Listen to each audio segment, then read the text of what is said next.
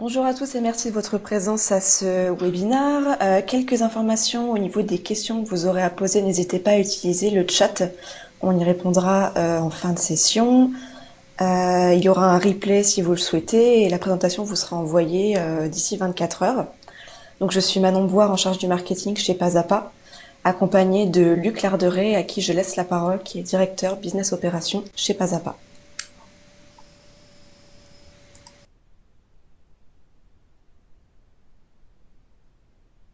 Bonjour à tous. Donc, je suis le directeur business opération de Pasapa. À ce titre-là, dans les différents sujets, je porte entre autres nos offres et celles liées à la transformation vers S4HANA. Et donc, l'objectif d'aujourd'hui, c'est vous faire un retour d'expérience sur l'expertise qu'on a autour de ces sujets liés à la transformation vers la nouvelle solution d'SAP et peut-être répondre de manière la plus pragmatique possible à travers un certain nombre de retours d'expérience et un certain nombre de questions que vous aurez sans doute en fin de présentation à des problématiques de savoir quel type de transformation il faut que j'opère, quand faut-il que je l'opère et quels sont les bons éléments à mettre en œuvre pour mettre de notre côté, de votre côté, le maximum de facteurs clés de succès pour maîtriser cette transformation vers ces nouvelles solutions. Pour aujourd'hui, on va vous présenter différents sujets. Le sommaire donc de ce webinaire est le suivant. On va vous présenter rapidement le groupe. Alors, certains le connaissent, d'autres le connaissent peu, d'autres le connaissent pas.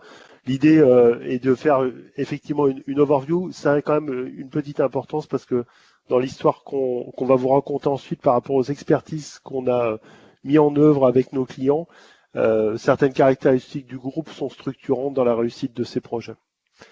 On va expliquer ensuite des retours d'expérience sur nos transformations vers SAP S4HANA et vous expliquer dans quel contexte ça a été réalisé, aussi intégrer dans ces problématiques, vous le verrez, des problématiques qui sont un peu plus larges liées au business de nos clients ou aux architectures applicatives qu'ils ont. Après, l'objectif, c'est de vous donner un peu de vision sur les facteurs clés de réussite de cette transformation et les différentes manières d'aller vers S4HANA en fonction du contexte dans lequel vous êtes et des typologies de projets que vous êtes prêts à mener. Et puis, en deux slides, de manière relativement pragmatique, vous expliquer un petit peu le type d'accompagnement et l'apport qu'on peut avoir auprès de vous dans cette période d'évolution de vos systèmes. Une petite vision du groupe aujourd'hui. Le groupe Pasapa aura courant d'année 2019 370 collaborateurs. On a une croissance annuelle d'environ 10% et un budget de 52 millions d'euros.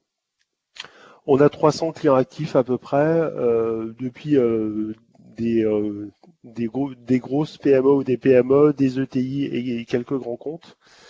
On a une présence importante sur le territoire, parce qu'il y a 9 agences qui sont réparties sur toute la France, à l'ouest, au sud-ouest, au sud-est, au nord et en région parisienne. Et on se caractérise par un point important pour les projets qu'on met en œuvre et le support qu'on apporte à nos clients. On a un taux de démission qui est inférieur à 5%.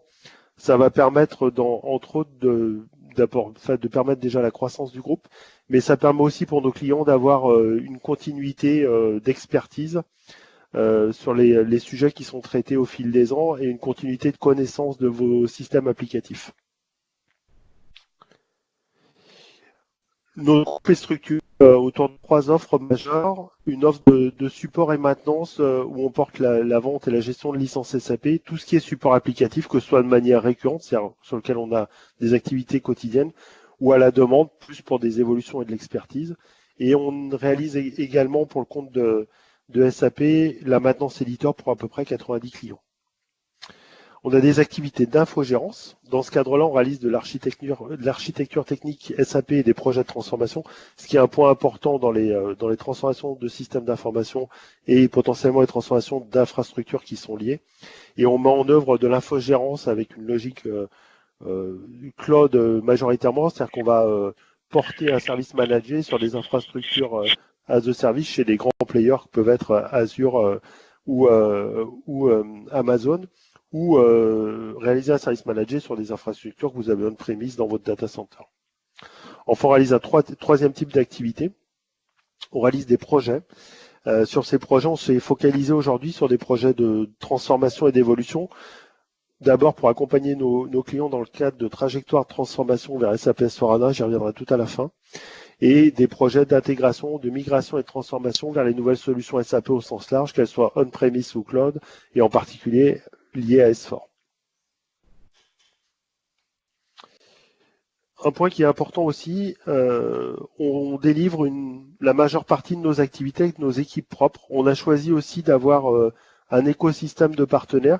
Donc sur des couches infrastructures sur la gauche du slide, ce qui nous permet aujourd'hui d'offrir une infogérance à un certain nombre de clients avec des infrastructures cloud notamment, et sur des activités, on va dire, plus applicatives, avec un réseau de partenaires qui vont nous permettre soit de réaliser des activités qui sont pas maîtrisées ou partiellement maîtrisées par nos équipes en interne, soit d'avoir des compétences et une expertise différenciatrice par rapport à nos clients. Ça nous permet de mettre en œuvre des projets, de réaliser du support sur des solutions SAP beaucoup plus larges. Alors, on travaille par exemple, je vais vous donner quelques exemples, avec BC Solutions sur des problématiques liées à la dématérialisation et à OpenText. Ils ont de l'expertise là-dessus et ils font partie de notre écosystème partenaire. On prendra notre deuxième exemple. On travaille avec Extensi. Extensi a une expertise forte sur toutes les solutions autour de S/4HANA qui sont le nouveau CRM de SAP.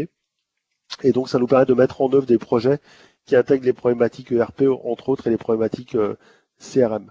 On travaille par exemple avec Abaco dans une logique là plus de territoire, puisque Abaco est un cabinet qui a à peu près les mêmes expertises que nous, mais qui va porter, on va dire, des problématiques sur la plaque ibérique essentiellement et le Brésil. Donc voilà un petit peu la vision. On est dans une logique d'extension de ces offres et de ce réseau partenaire et d'extension aussi de notre capacité à couvrir d'autres territoires.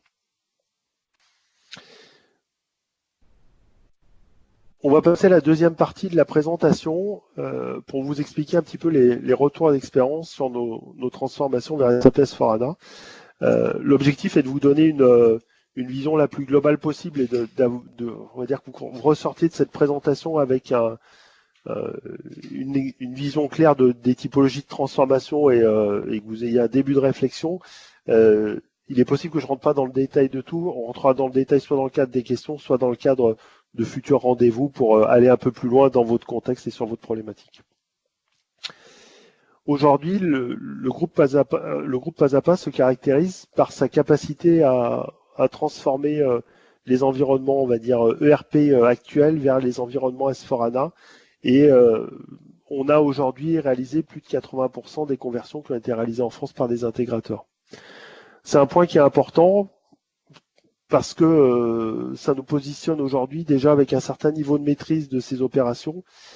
Surtout, on a vis-à-vis de SAP et vis-à-vis de nos clients construit un certain nombre d'accélérateurs pour pouvoir maîtriser ces transformations et d'autre part optimiser ces activités. La deuxième caractéristique qu'on a et que vous voyez sur ce slide, c'est qu'au-delà des conversions, on est capable de réaliser les différents chemins d'accès à S/4HANA. Il y a 3 grands chemins pour accéder à S/4HANA. Le premier chemin, qui est celui des conversions, va permettre de passer d'un système existant à SAP qu'on va convertir vers un système existant SAP S/4HANA en gardant votre paramétrage et vos caractéristiques propres en termes de données notamment. Le deuxième cas est un cas de transformation où là, on va passer d'une solution SAP existante et on va reconstruire une nouvelle solution SAP en gardant un certain, alors pas en gardant puisqu'on va reconstruire un système stricto sensu, mais par contre, on va s'inspirer pour certaines caractéristiques qui sont pertinentes et qui restent pertinentes des solutions existantes. Je rentrerai dans le détail plus tard. Et le dernier cas, on va intégrer des systèmes SAP S/4HANA chez des clients qui ne sont pas des clients SAP existants. Aujourd'hui, on a réalisé 5 conversions. La première qu'on a réalisée en 2017 est la première conversion qui a été réalisée en France dans le groupe Servin. On a réalisé 4 autres conversions en 2018, une PASTAD qui correspond à notre groupement d'intérêt économique et qu'on a totalement converti. On a revu complètement le paysage applicatif, j'y viendrai tout à l'heure.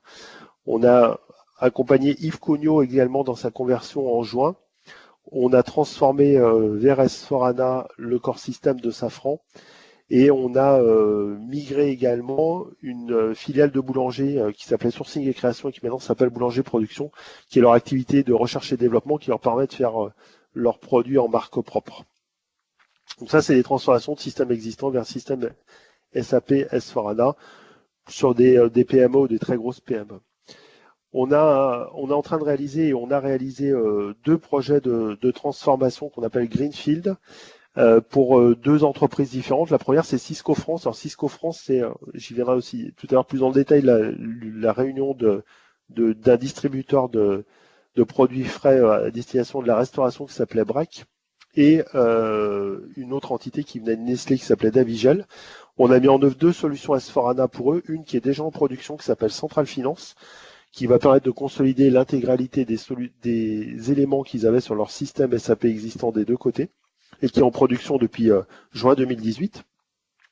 Et la dernière qu'on va passer en production avant l'été, qui est la mise sur SAP S4HANA de l'ensemble de leurs activités dans le cadre de l'ERP et qui concerne 3500 utilisateurs.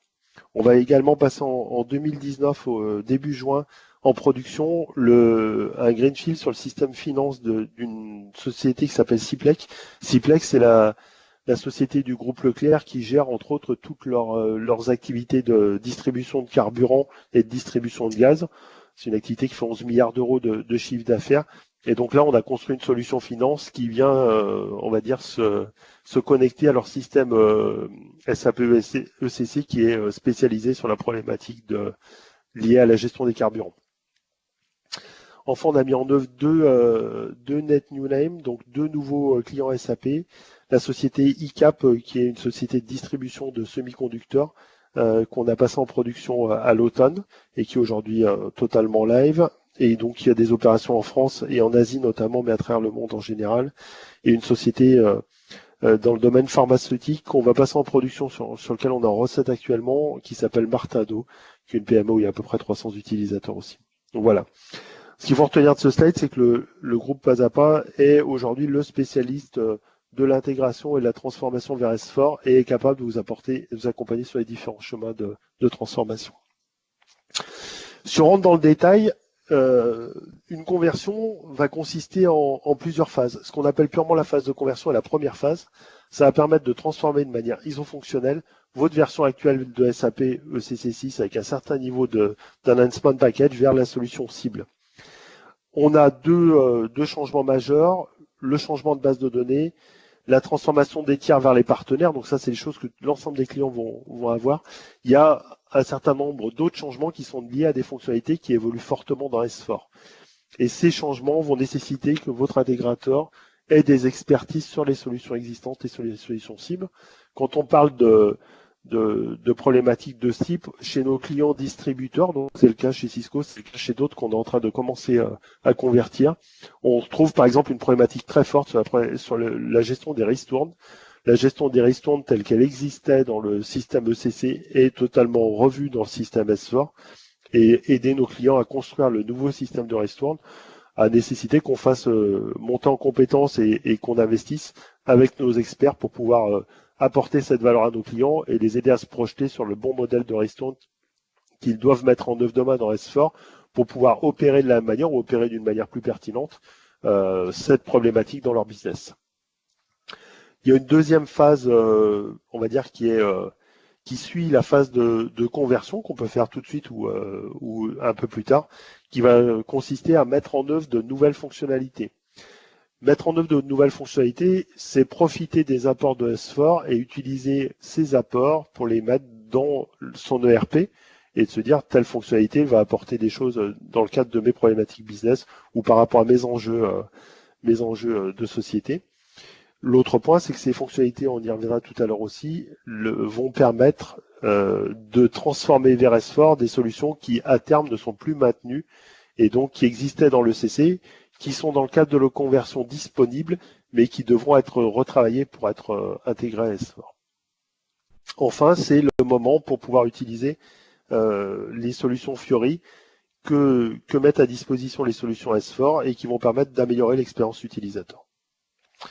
Il y a une troisième phase qui est intéressante à mettre en œuvre, c'est la phase où vous allez optimiser votre solution, c'est-à-dire qu'une fois qu'elle est sur la nouvelle version de SAP, tant en termes de base de données que de structure, et que vous allez intégrer les apports, on va dire, qui sont soit des quick wins, soit des fonctionnalités dont vous ayez besoin, soit l'expérience utilisateur, vous allez travailler plus sur l'optimisation de vos processus, la mise en place de nouveaux périmètres et le déploiement de cette solution potentiellement sur de nouvelles entités. Mais c'est des choses qui auraient été pour le coup possibles dans la solution SCC, mais qui sont plus pertinentes une fois que vous êtes sur S4, de le faire. C'est toujours plus pertinent de convertir d'abord et de faire évoluer ensuite. Si vous faites évoluer d'abord, il y a une chance que dans le cadre de la conversion, vous deviez retravailler ces évolutions. En résumé, ça va vous permettre d'avoir un chemin qui vous permet une transformation vers la cible SAP S/4HANA avec un mode de fonctionnement identique. C'est un projet informatique qui va nécessiter de l'expertise, mais une sollicitation des métiers qui est relativement limitée. On en parlera dans le cadre du sizing un peu de ces projets. On est dans le cadre d'une très grosse montée de version d'un point de vue mise à disposition de ressources et on n'est pas dans le cadre d'un projet d'intégration. Donc ça veut dire que vous allez réaliser des phases de travail dans le cadre de la conversion avec des équipes IT et un peu d'équipes métiers. Il y a une recette utilisateur, des tests de non-régression, mais on n'est pas dans une transformation. Ce type de démarche ne va pas permettre non plus de transformer complètement votre SI, donc vous allez garder l'ADN de votre système d'information et vous allez partiellement l'optimiser, mais par contre, vous n'allez pas pouvoir faire un retour complet au standard ou réduire la taille de votre base de données, etc. On a mis deux exemples. Le premier exemple qui est important, c'est la conversion avec Servin. La conversion avec Servin, elle est intéressante à plus d'un titre. La première chose qui est importante, c'est que c'est la première fois où il y a eu une conversion en France. Donc on a, dans le cadre de cette conversion, beaucoup investi chez Pas à Pas et avec SAP pour pouvoir, on va dire, adapter la méthodologie pour que nos équipes la maîtrisent.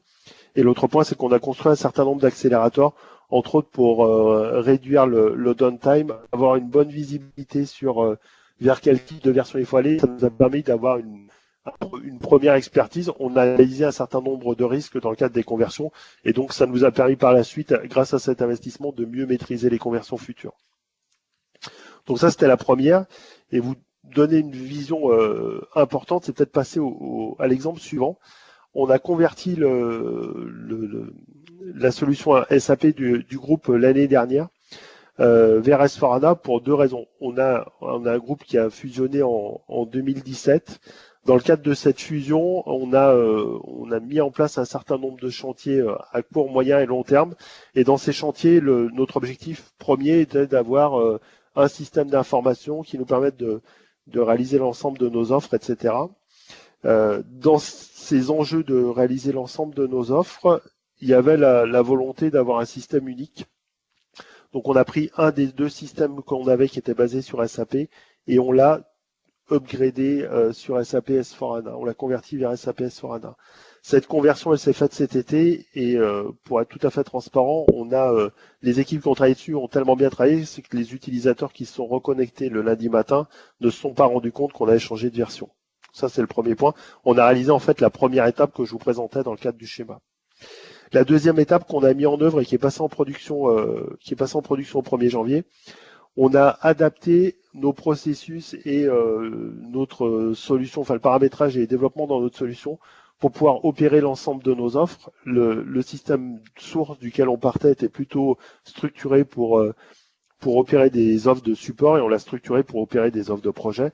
On a entre autres étendu des fonctionnalités autour de PS, de la gestion de projet, autour de la gestion des temps, en mettant en place des briques Fiori spécifiques pour favoriser l'expérience utilisateur. Et on a eu un accroissement du périmètre fonctionnel pour gérer également les offres d'infogérance. Donc on a une vraie évolution. On a fait un projet sur 7 à 8 mois. On a eu une phase de conversion et une phase d'évolution forte. Et on est passé en production en janvier. Et aujourd'hui, on opère notre clôture sur cette nouvelle solution. Pour vous donner une vision un peu plus, on va dire, schématique, on est passé de deux systèmes ERP, donc un système qui était basé sur SAP et Solution Manager d'une part, et basé sur Cegid et un ERP PME d'autre part. On a construit un paysage cible qui est structuré autour de SAP S/4HANA avec une brique PS, SD, MM et FICO. Pour la gestion des notes de frais, qui était soit dans un ERP, soit dans l'autre, mais plus en mode comptabilité, on a intégré un lien avec la solution SAP Cloud qui s'appelle Concur. On a upgradé notre solution de manager en termes de fonctionnalité pour qu'il réponde à nos différents enjeux. On a choisi d'externaliser notre paye sur des solutions type ADP et on est en train de mettre en œuvre la gestion des talents, du recrutement et un certain nombre de problématiques autour de la RH dans le cadre des solutions SuccessFactors avec nos équipes internes. On a un deuxième périmètre qui va se mettre en œuvre au premier et au deuxième trimestre. On va intégrer les solutions C4HANA avec C4C et mettre en place SAP Analytics Cloud pour pouvoir faire du reporting et de la business intelligence sur notre solution ERP, mais sur l'ensemble de notre paysage applicatif. On va intégrer tout dans une problématique avec un single sign-on pour avoir une facilité d'accès aux différents applicatifs qui soit la plus forte possible. Donc là, le point qui est à retenir, c'est qu'on a géré une transformation dans le cadre d'une conversion avec une vraie évolution derrière, avec une maîtrise de ces sujets-là, mais on a aussi réfléchi à l'évolution globale de notre paysage applicatif en fonction des différents enjeux qu'on avait à mettre en œuvre et pour pouvoir avoir un système d'information qui soit à même de supporter notre croissance.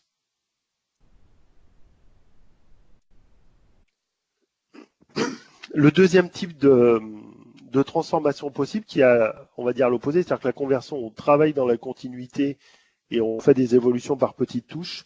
La deuxième solution est de se dire, on a un système d'information qui répond plus à nos enjeux métiers, il porte trop l'histoire et demande une histoire qui est différente à construire et on peut choisir de faire un greenfield. Le greenfield, la logique qu'il faut avoir derrière, c'est de se dire, j'ai besoin d'un nouveau système d'information parce que celui que j'ai aujourd'hui ne correspond pas du tout aux enjeux de mon business et ne répond pas à la stratégie de mon entreprise.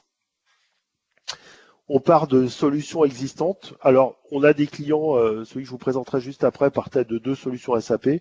On a un client aujourd'hui avec qui on travaille qui a 2 solutions SAP d'un côté et qui a 2 ERP différents d'un autre.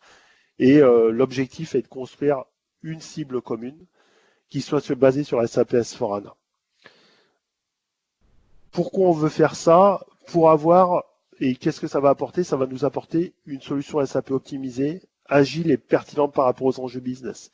Les 2 leviers de performance là derrière, c'est on met en œuvre des processus qui sont pertinents par rapport au business model qu'on va avoir et on intègre dans cette solution le niveau d'agilité et le niveau de performance que l'on souhaite pour notre entreprise demain.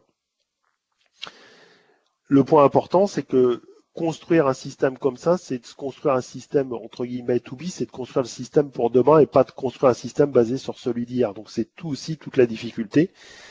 Ça veut dire aussi qu'on se structure un maximum par rapport aux standards que propose S4 et qu'on optimise au maximum les développements, c'est-à-dire qu'on fait fi de l'histoire pour garder dans l'histoire que ce qui est pertinent et ce qui pourrait être des différenciateurs business demain.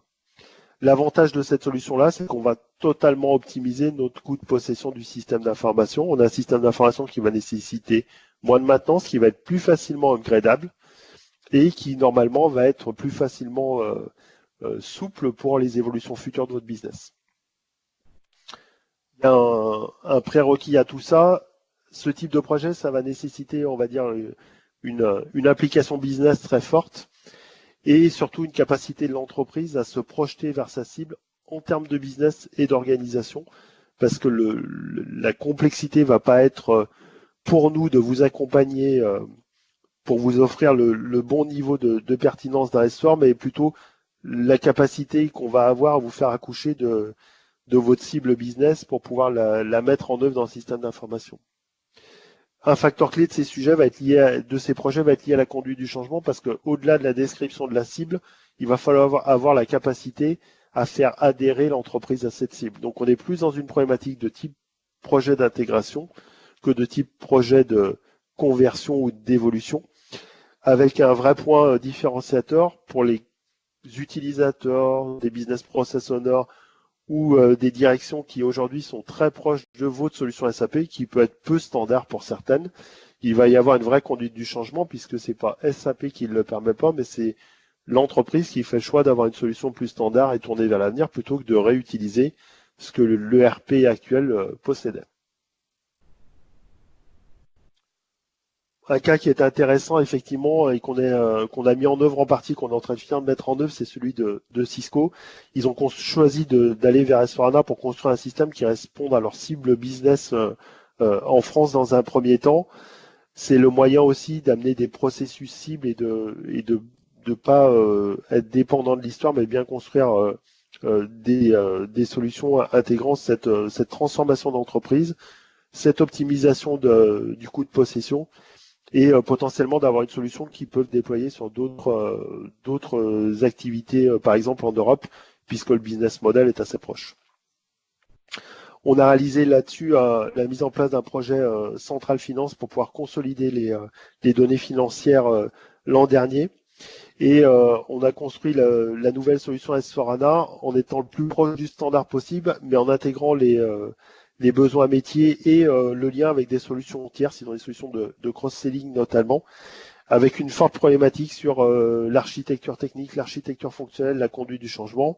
Et pour se donner quelques données sur cette typologie de projet, c'est un projet qui va durer un peu plus de 18 mois, qui intègre 3500 utilisateurs et un périmètre fonctionnel autour de FICO, MMSD, BI et Fiori, et qui va mobiliser suivant les phases entre 30 et 80 consultants, si on compte les consultants côté intégrateur et les équipes côté client. Donc on est sur des problématiques, ça vous permet aussi de voir que là on est dans un projet d'intégration et de reconstruction d'un système assez complexe. Notre capacité, on a la capacité à vous aider sur des intégrations de quelques centaines d'utilisateurs avec des projets qui sont plus pour des PME, comme des projets qui sont plus pour des ETI, comme le cas de Cisco. On va passer à la troisième étape, après vous avoir donné ces quelques exemples, c'est comment on peut réussir votre transformation vers SAP S/4HANA. Le point qui est important, c'est qu'on a, depuis 2015, on est passé dans une logique différente. SAP avait intégré HANA à la suite ERP, et depuis 2015, on a l'arrivée de SAP S/4HANA avec une première version qui est la 15.11, qui était la version 0 de S/4HANA, et des évolutions de version qui sont pas uniquement des upgrades, mais qui sont des solutions qui se complètent. C'est-à-dire qu'on est plus dans une logique proche du cloud où la solution, elle évolue et elle se bonifie au fur et à mesure des années, tant en termes de périmètre, tant en termes de performance. On a eu une seconde version qui est la 16.10, qui est à la continuité de la 15.11, c'est celle sur laquelle on avait migré Servin à l'époque, et des nouvelles solutions 17.09, 18.09, sur lequel 17.09 est par exemple celle sur laquelle on est en production avec Cisco ou sur pas à pas. Donc voilà. Le point qui est important, c'est qu'il y a dans cette logique-là une version chaque année qui est disponible, et ces versions vont avoir une durée de vie de 5 ans. Donc il y a une évolution de version qui va être nécessaire tous les 3 à 4 ans minimum. Notre préconisation est de le faire le plus régulièrement possible et de se structurer pour pouvoir intégrer ces nouvelles versions. C'est pas forcément plus coûteux entre guillemets, puisque quand il y a une évolution récurrente de version, c'est quelque chose qui est maîtrisé et qu'on sait faire de manière assez rapide et avec une charge relativement réduite, et ça va vous permettre d'être le plus stable et le plus performant par rapport à votre ERP. Le deuxième point qui est important à intégrer, c'est la logique de construction de SAP S/4HANA par rapport aux versions précédentes. Vous avez la version ERP on-premise aujourd'hui qui est sur des EHP 7 ou 8 en dernière version. Et SAP a construit une solution SAP S/4HANA Enterprise Management pour deux objectifs. Le premier objectif, c'est de mettre à disposition cette solution sur le cloud et de la rendre disponible on-premise. Dans cette logique-là, la roadmap qu'on a expliquée au-dessus a tout son sens, puisque dans la logique du cloud, il y a une évolution de version régulière. Dans cette logique-là, SAP a mis en place ce qu'on appelle le Compatibility Scope, c'est-à-dire qu'il y a un certain nombre de fonctionnalités que vous avez aujourd'hui dans la Business Suite qui sont maintenues dans le Compatibility Scope, même si elles n'étaient pas prévues dans S/4HANA initialement, pour vous permettre de faciliter la transition. Ces fonctionnalités, elles seront maintenues dans la période 2015-2025, et c'est dans cette période-là que ça vous permettra de faire évoluer votre solution pour intégrer ces fonctionnalités, soit à S/4HANA, soit à un autre outil SAP qu'il soit cloud ou on-premise. On va prendre un exemple, par exemple. Aujourd'hui, on a des clients qui se transforment et qui avaient une solution de type FITV pour les notes de frais. FITV est maintenu dans le cadre du Compatibility Scope, mais à terme, n'est pas une solution qui sera pérenne dans S4HANA. Donc, il y a certains clients qu'on a convertis ou qu'on a transformés qui ont souhaité garder cette solution FITV et qui réfléchissent à comment ils vont opérer cette problématique demain. Donc il y a un certain nombre de points comme ça. On a d'autres clients qui aujourd'hui ont des problématiques d'entrepôt qui sont intégrées à leur ERP. Et dans S4HANA, la solution qui accompagne S4HANA est IWM. Et donc ça veut dire qu'il faut transformer les entrepôts que vous avez aujourd'hui, par exemple, sur WM à terme sur IWM. Ça veut dire qu'il faut le prendre en compte dans la roadmap de transformation de votre solution ERP.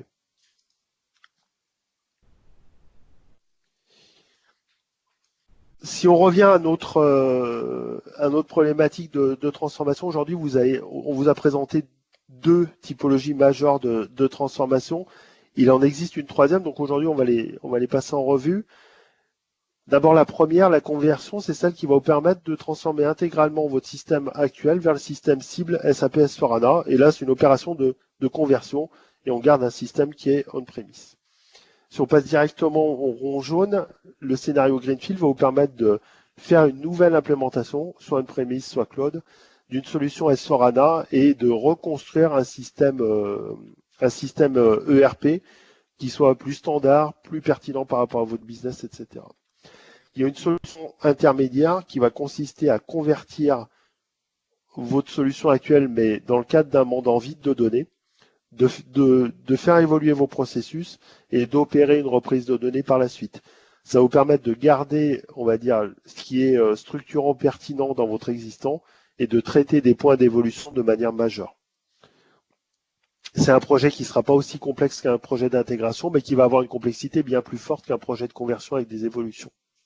Donc ça dépend effectivement de la pertinence que vous avez dans votre système d'information, du niveau d'évolution que vous souhaitez.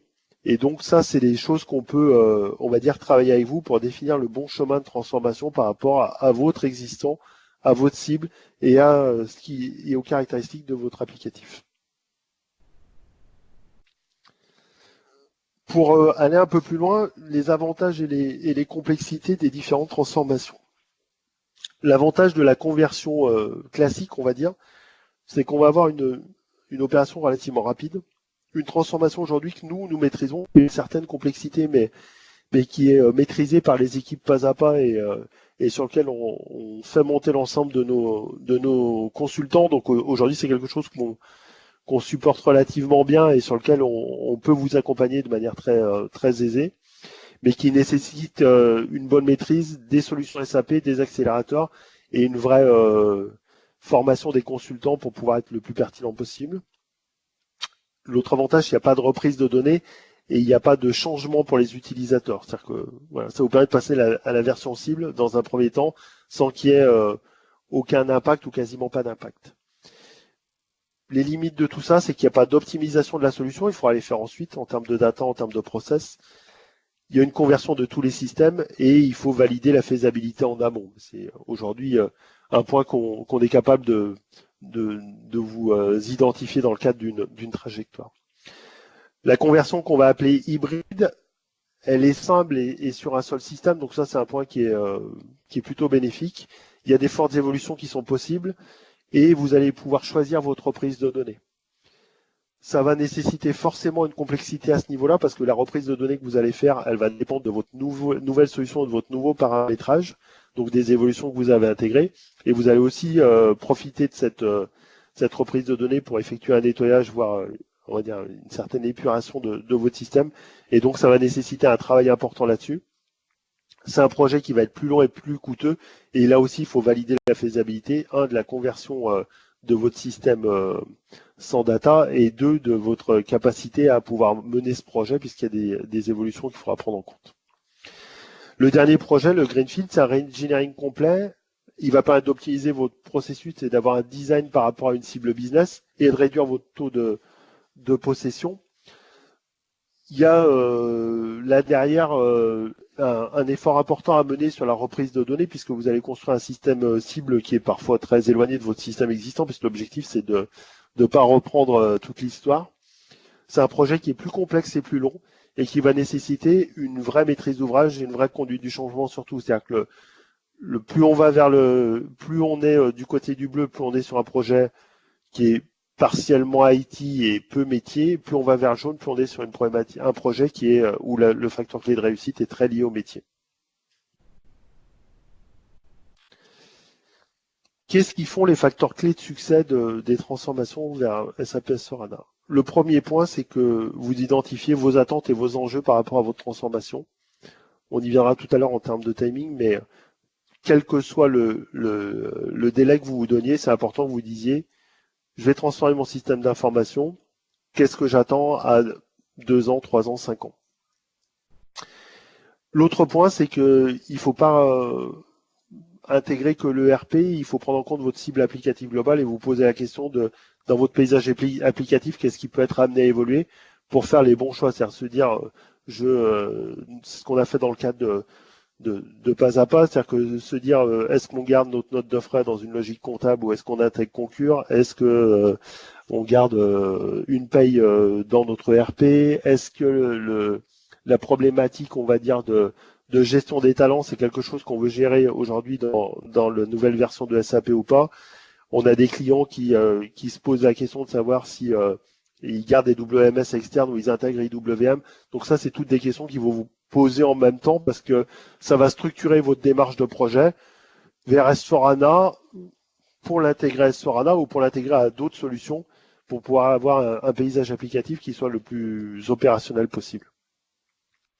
L'autre point, c'est qu'il va falloir anticiper les évolutions futures de votre ERP. Vous posez la question de qu'est-ce que je peux avoir comme périmètre à mettre en œuvre demain dans mon applicatif. Vous posez la question de quelle solution il est impératif de garder dans le cadre du compatibility scope, mais qu'il faudra faire évoluer. On a un client, par exemple, on parlait de WM tout à l'heure, qui, dans le cadre de sa conversion, va avoir un certain nombre d'entrepôts à remodéliser dans WM, et donc c'est une problématique qu'il va falloir prendre en compte dans le cadre de la trajectoire de transformation.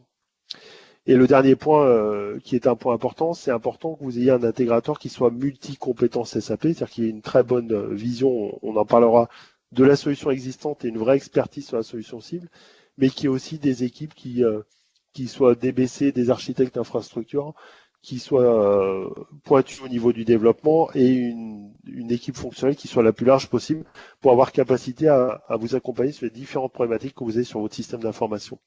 Le fait d'avoir cette équipe pluridisciplinaire qui puisse être pilotée par un directeur de projet ou un pilote, c'est un point essentiel parce que ça va permettre la réussite du projet de manière beaucoup plus forte et éviter les zones grises ou les zones de non-compétence des équipes. Si on se donne quelques métriques, une conversion simple, ça va être 4 à 6 mois. Alors pour se donner d'idée, la conversion qu'on a fait chez Pas à Pas, c'est plutôt moins de 3 mois, mais c'était sur un système qu'on maîtrisait nous et qu'on portait en interne, donc on avait une connaissance un peu plus forte. Celle qu'on a fait pour Boulanger de production est un peu moins de 6 mois avec une période de congé. Donc, voilà. Sur le cadre d'une conversion hybride, en fonction du niveau d'évolution que vous allez intégrer et du niveau d'évolution de vos data, on va être plutôt sur des cibles entre 9 à 18 mois. Ça va aussi beaucoup dépendre de la maturité des métiers sur lesquels vous allez souhaiter faire des évolutions. C'est-à-dire que si par exemple demain vous voulez complètement revoir votre solution au niveau du service après-vente, si vous avez une équipe service après-vente qui a une vision précise des leviers de performance, de la cible qu'il veut atteindre, des processus qu'ils veulent mettre en œuvre et qu'ils ont déjà une vraie réflexion en amont, on n'est pas du tout dans le même cadre que si vous posez la question et dans le cadre des ateliers de conception, il y a une phase très itérative de maturité des équipes sur leur cible business. Et le dernier point pour un greenfield, où là on va avoir le besoin de l'ensemble des équipes business, on va plutôt être sur des timings entre 12 et 24 mois. Ça sera moins important dans le cadre d'une intégration type PMO sur des clients qui n'ont pas encore SAP. Du moment où vous avez une solution SAP, le fait de se poser la question de où vous voulez aller demain et avoir le bon niveau de maturité pour définir une cible sans vous coller à l'existant va nécessiter par nature une phase de maturité. va nécessiter un travail important sur la reprise de données, le mapping de vos interfaces si vous avez un paysage applicatif complexe, et on est plutôt sur des tailles de 12 à 24 mois. Pour se donner un ordre d'idée, effectivement, l'exemple de Cisco qui s'opère dans le cadre d'une fusion, donc il y a un travail aussi business par ailleurs, on est plutôt sur une cible autour de 18-20 mois entre le début de projet et la mise en production. En termes de poids, une conversion simple va être va peser à peu près 2 à 3 fois une montée de HP. La conversion hybride va dépendre des évolutions. Si vous touchez quelques flux, c'est la taille d'une conversion initiale plus les quelques flux plus votre prise de données. Mais si vous avez une évolution beaucoup plus forte, effectivement, on va rentrer sur des métriques plus importantes. Et le greenfield va être la taille d'un projet d'intégration. Alors, la taille optimisée d'un projet d'intégration, mais on va quand même avoir une mobilisation et des équipes IT et des équipes métiers côté client qui sont importantes et une présence de l'intégrateur qui va être forte sur les problématiques fonctionnelles de développement, de reprise de données. Donc, on est sur un projet qui est un projet structuré et important. En termes d'équipe projet, j'en ai parlé un petit peu, mais pour la conversion, on est proche de celle d'un upgrade, c'est-à-dire avec des équipes IT qui sont mobilisées, des équipes métiers qui sont plutôt là pour faire des opérations de recettes. Pour la conversion hybride, elle va être complétée par des équipes métiers qui vont travailler sur les évolutions. Et pour le greenfield, on va avoir besoin d'une forte présence des équipes métiers et des équipes IT. Si on se pose la question en termes de conduite du changement, sur les conversions, il y a peu de conduite du changement, vous en aurez dans les phases d'évolution, mais globalement, la première solution que vous allez mettre en œuvre sur S/4HANA sera quasi identique pour l'utilisateur à celle que vous aviez, donc la conduite du changement est relativement faible. Sur les phases de conversion hybride, il y aura une conduite du changement plutôt centrée sur les évolutions, mais qui peut être relativement business parce que vous êtes en train de faire évoluer des processus dans une logique de refonte et d'optimisation métier. Sur la partie Greenfield, la conduite du changement, elle va être globale puisque il faut faire le deuil de ces pratiques actuelles pour aller vers des pratiques cibles et expliquer le pourquoi de ces pratiques cibles. Donc là, on a une conduite du changement qui est forte, qui est particulière entre guillemets, parce qu'on a vécu des périodes d'intégration, entre autres chez des net new name où il y a une conduite du changement pour expliquer le nouveau système, les nouveaux processus, etc. Là, il y a un travail aussi pour expliquer le pourquoi de ces nouveaux processus et pourquoi on fait fonctionner SAP de cette manière-là et pas de la manière dont il l'utilise aujourd'hui. L'accompagnement qu'on peut vous proposer, il est déjà très en amont pour déterminer votre trajectoire.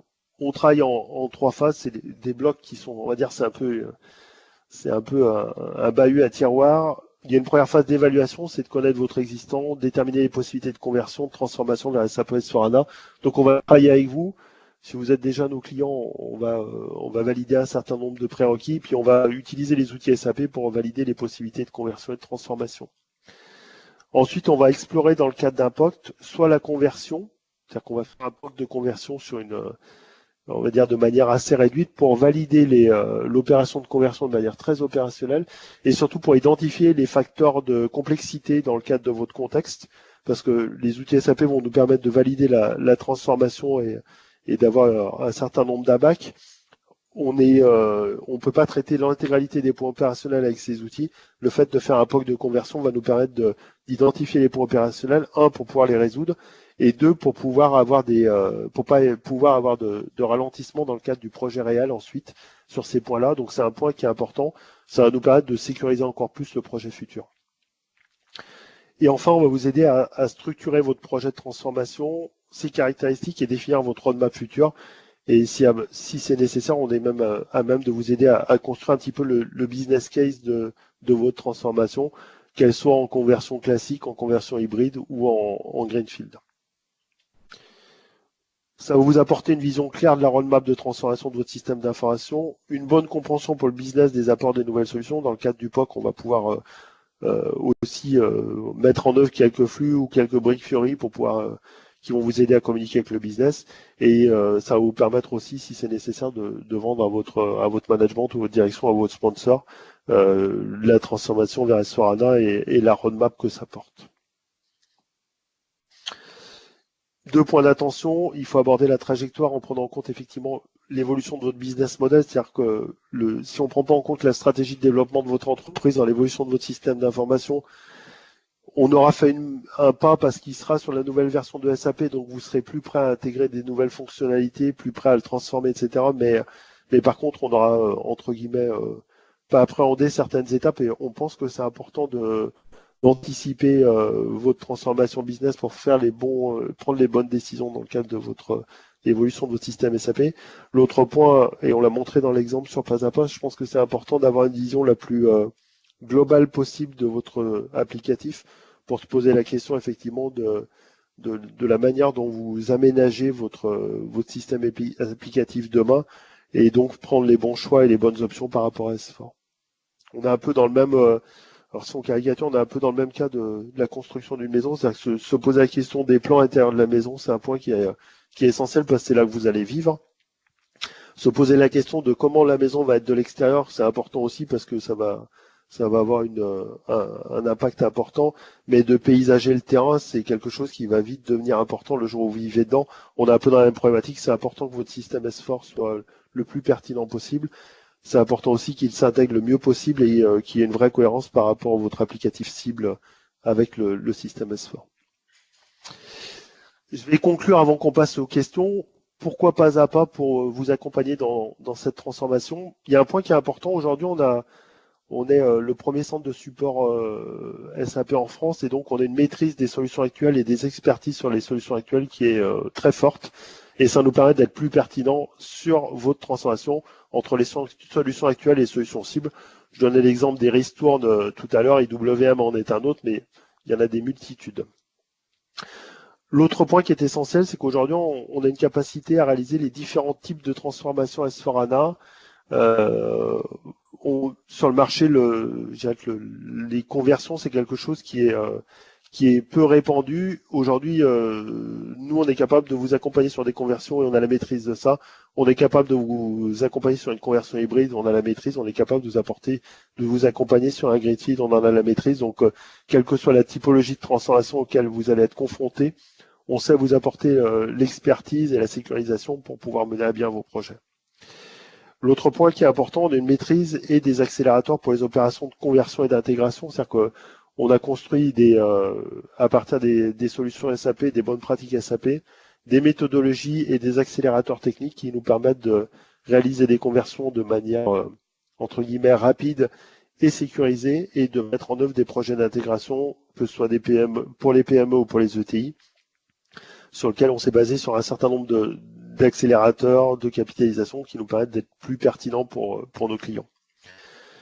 L'autre point, c'est que nos chefs de projet et nos pilotes, on va dire, animent des équipes expertes et pluridisciplinaires où il y a des BC, des architectes techniques, des développeurs, des architectes fonctionnels et si nécessaire des équipes métiers et moi. Et donc, ils ont l'habitude de travailler ensemble et pour vous, c'est une vraie valeur complémentaire. Il n'y a pas de zone grise. On intègre, enfin nos chefs de projet intègrent les problématiques de manière globale et donc vont vous accompagner de manière globale. On a un système basé sur des équipes avec lesquelles vous avez discuté, mais une mobilisation d'experts sur lequel on garde de la disponibilité et ça va nous permettre aussi de mobiliser quelque expertise que ce soit quand cela le nécessitera. L'autre point, c'est qu'on a un partenariat très fort avec l'éditeur de par notre rôle de distributeur à valeur ajoutée, notre expertise et notre activité de support, notre capacité à emmener les clients vers S4. On a travaillé par exemple avec Servent de manière très étroite avec SAP, puisque c'était une des premières conversions en Europe et la première en France pour pouvoir mener à bien ce projet. Donc on a construit ensemble des accélérateurs.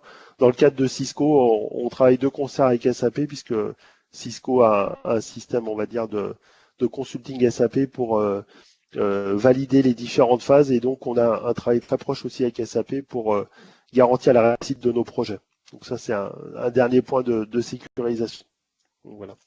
J'en ai terminé pour la présentation stricto sensu. Je vous propose qu'on passe aux questions si vous en avez.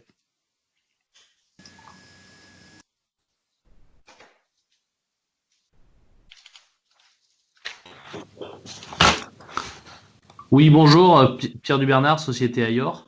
Voilà, nous on est sur un système ECC6 en EHP 0 et j'aurais voulu savoir quel était le niveau mini de HP pour passer sur S4.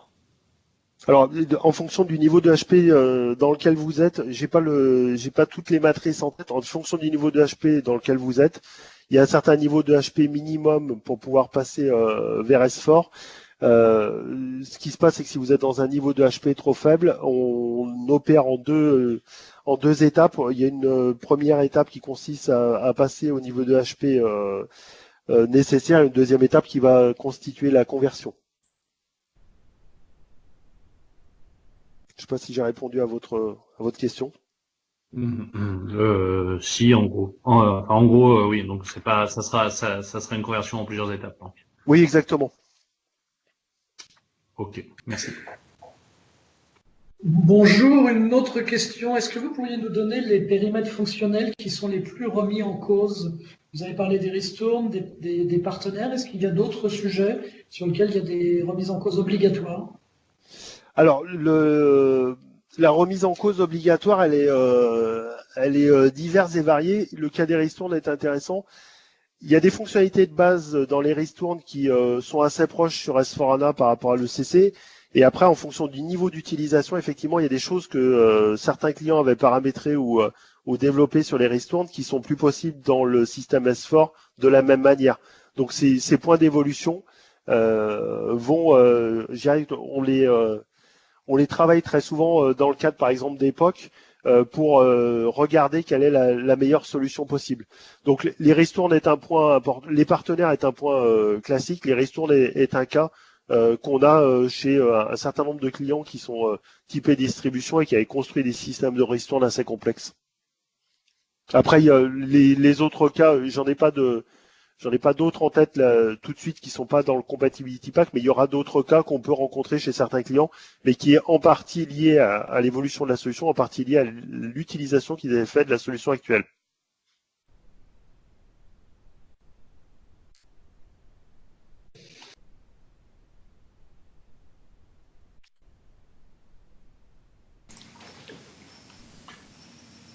Bonjour, par rapport à la théorie actuelle, donc au Compatibility Pack interruption en 2025, est-ce que vous croyez que ça sera réellement le cas? Alors aujourd'hui, très clairement, on est en début 2019, donc il n'y a pas de raison que ce soit pas le cas. En fait, ça pose une autre question. Votre question en amène une autre, c'est la question que se pose la plupart du client, c'est quand faut-il convertir? Peut-être celle-là qu'il faut se poser. Si on fait un rétro-planning, 2025 est une date ferme pour SAP. Donc c'est la fin du Compatibility Pack. Ça veut dire qu'il faut que vous anticipiez dans l'évolution de votre système les évolutions des choses qui seront dans le cadre du Compatibility Pack, et en amont, il faut que vous puissiez opérer votre conversion. Pour certains clients, on est proche de la date mini de conversion. Pour d'autres clients, potentiellement, il y a un peu d'air si on prend uniquement cette donnée-là. Il y a deux aspects, je pense, à rentrer en ligne de compte dans cette problématique de transformation vers S4. La première, c'est de se dire, est-ce que la solution, elle est facilement convertible, elle est mature? Elle n'est pas facilement convertible, mais aujourd'hui, si on a une bonne expertise au niveau de son intégrateur, la conversion est tout à fait réalisable et sécurisée, donc c'est pas du tout un risque. Donc ça veut dire que aujourd'hui, demain matin, vous pouvez décider de convertir votre système SAP. Et l'autre point qui est important, c'est plus que vous le convertirez tôt, moins vous aurez embarqué dans votre système existant de fonctionnalités que vous aurez développées sur le CC, et surtout, moins vous serez lié aux contraintes liées à la transformation, liées au Compatibility Pack, c'est-à-dire que votre durée votre durée sur S4 stable avec le Compatibility Pack sera plus étendue. Donc ça vous permettra de mieux positionner les évolutions liées à ce Compatibility Pack et les évolutions futures que vous aurez à faire dans votre système S4.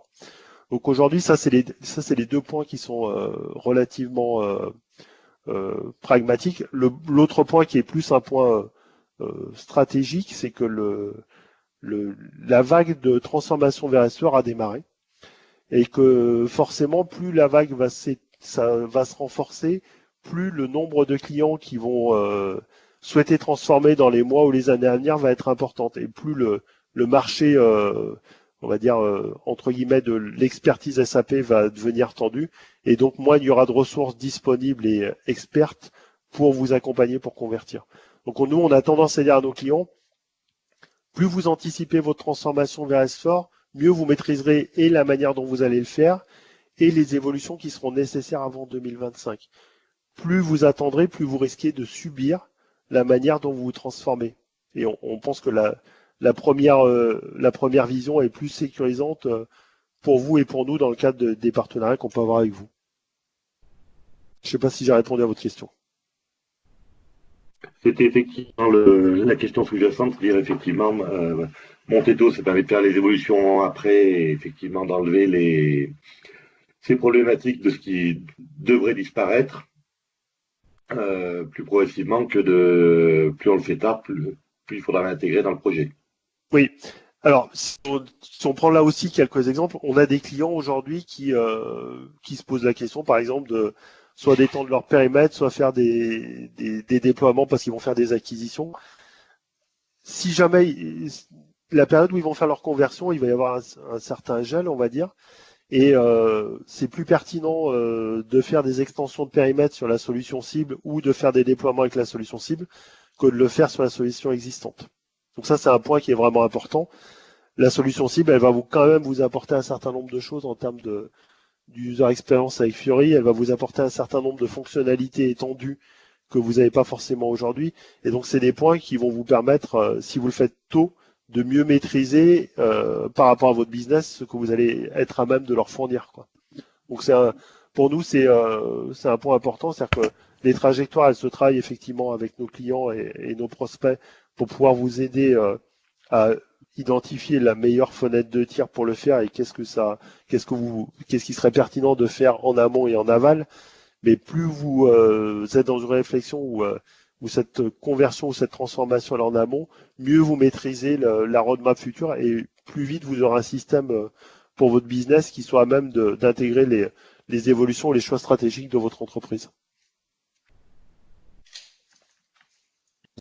Moi, je voulais savoir si vous aviez des clients qui basculaient d'abord leur base de données sur HANA en restant sur ECC6 avant de basculer sur S4.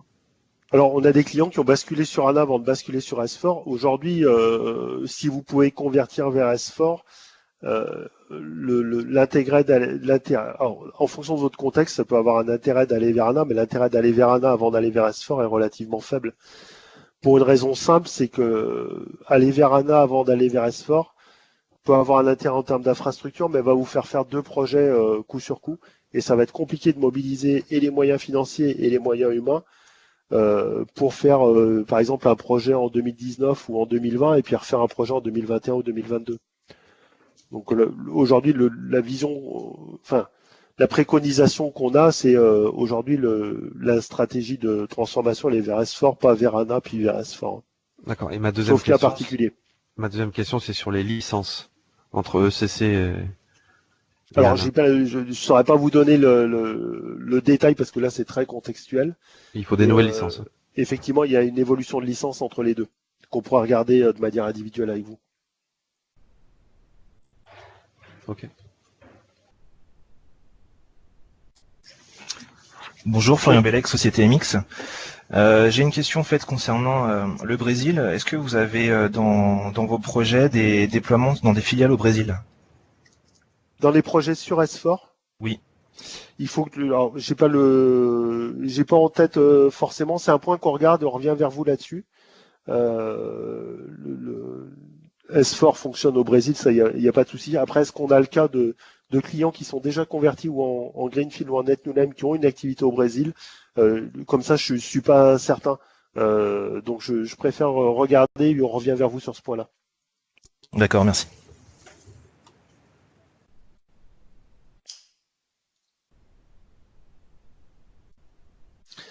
La question liée au Brésil était liée à quoi? Quelle est la question que vous vous posez derrière? J'ai entendu de part et d'autre que une installation SAP au Brésil est complexe du fait des différentes contraintes liées au pays. Et donc voilà, on se pose la question est-ce qu'on peut installer SAP là-bas ou est-ce qu'il est préférable de prendre une solution locale? on regarde 2 points. Un, c'est si on a le cas d'usage chez un de nos clients sur S4, et deuxième point, on regarde aussi avec SAP le niveau de compatibilité et le niveau de solution pour évaluer les risques pour revenir vers vous.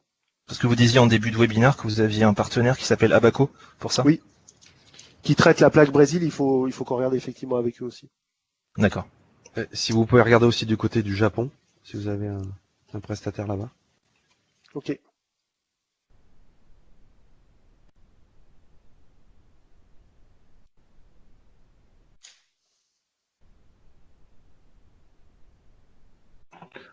Au niveau des systèmes, vous avez une idée du coût multiplicateur, enfin de la multiplication de coûts entre une machine sur ECC Oracle versus le même système mais sur S4HANA? Alors, ça va dépendre l'évolution de coût va dépendre de beaucoup de choses, c'est-à-dire c'est les typologies d'infrastructures que vous allez choisir, on-premise au cloud, la typologie d'optimisation de cette infrastructure, la taille de votre base de données. Donc, c'est des choses qu'on peut estimer avec vous en fonction de votre contexte. On a des clients qui ont une réduction de la taille de leur base de données qui sont sur des solutions qui sont amorties ou pas amorties, et donc en fonction de ça, l'évolution peut être importante ou relativement faible.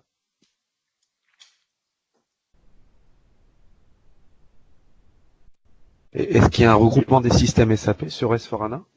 Ou est-ce que... C'est-à-dire aujourd'hui, j'ai 6 systèmes SAP. Est-ce qu'on peut en faire qu'un seul?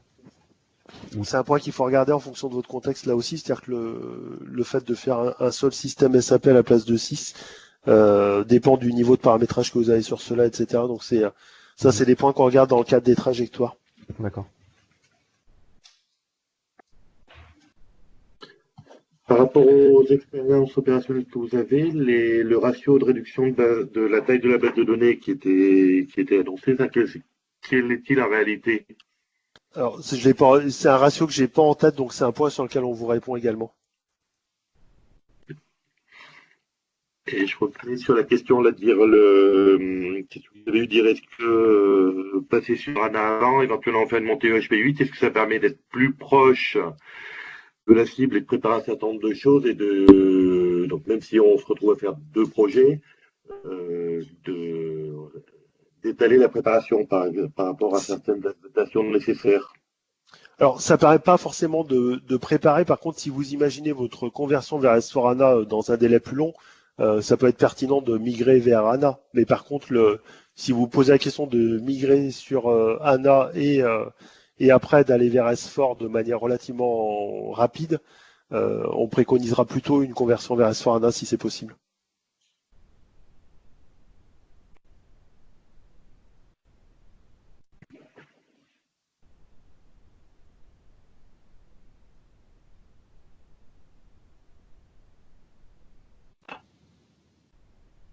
Au niveau études de migration, donc vous parlez j'imagine c'est une offre que vous appelez trajectoire.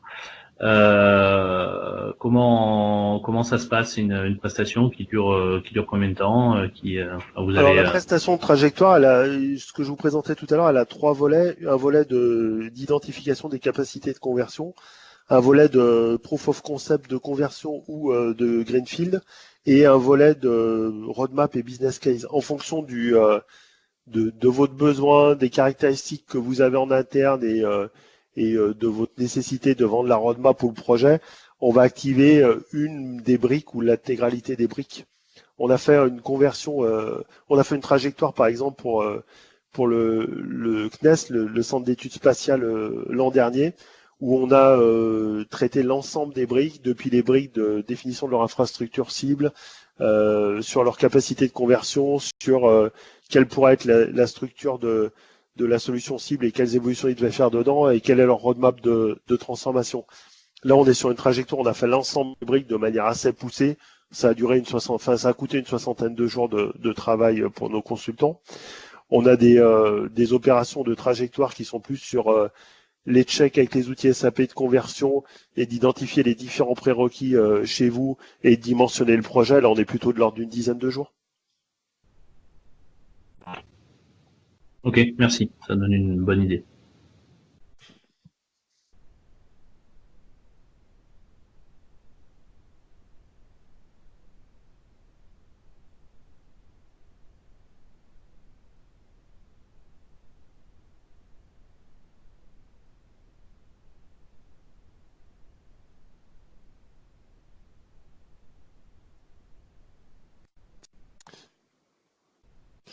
Si vous avez plus de questions, on va vous remercier pour votre présence à ce webinaire et on reste évidemment à votre disposition, que ce soit maintenant les équipes marketing ou vos responsables commerciaux locaux. On vous remercie pour votre écoute, l'échange sur les questions et on revient individuellement vers vous sur les différentes questions que vous nous avez posées sur lesquelles on n'a pas pu apporter de réponse en direct. Et on vous souhaite une très bonne journée. J'ai vu que le webinaire était enregistré. On pourra le récupérer, le visionner pour le représenter ou... Oui, il sera posté sur notre chaîne YouTube d'ici 24 heures. Ok. Merci. Merci à vous, très bonne journée. Bonne journée. Au revoir. Au revoir. Au revoir.